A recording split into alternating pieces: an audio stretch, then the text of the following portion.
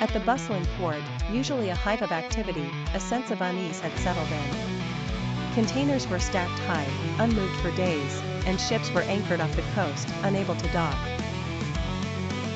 The workers were on strike. Their demands for better pay and working conditions had brought operations to a grinding halt.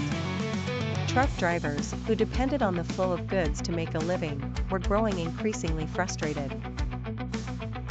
Every day, they lined up outside the gates, hoping for news that the strike had ended. But each day, they left empty-handed, unable to pick up deliveries. Customer orders were piling up, and supply chains were in disarray.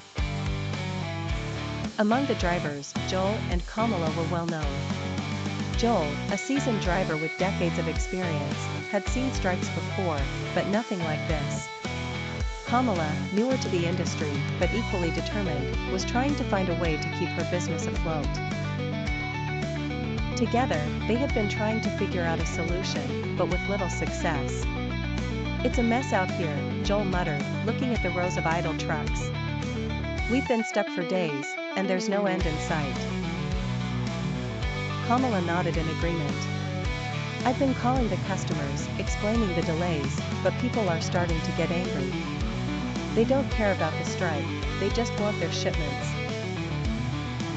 The two of them had spent hours brainstorming, talking with other drivers, and even trying to negotiate with port officials, but they were met with the same answer: no resolution yet. The union and port management were locked in tense negotiations, with neither side willing to budge. As the strike dragged on, the impact was felt across the city. Warehouses were running low on stock, businesses were scrambling to find alternative ways to get their products, and customers were becoming impatient.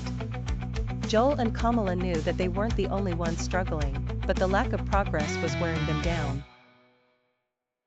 One afternoon, as they sat in the shade of their trucks, Joel sighed. "It feels like we're stuck in limbo. There's got to be something we can do." Kamala, ever resourceful, was already on her phone, looking for updates.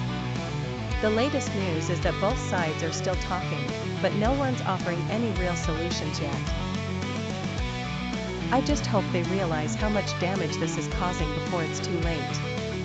As the sun set over the stalled port, Joel and Kamala exchanged weary glances. They were determined to ride this out, but without a clear path forward, it seemed like all they could do was wait, like everyone else.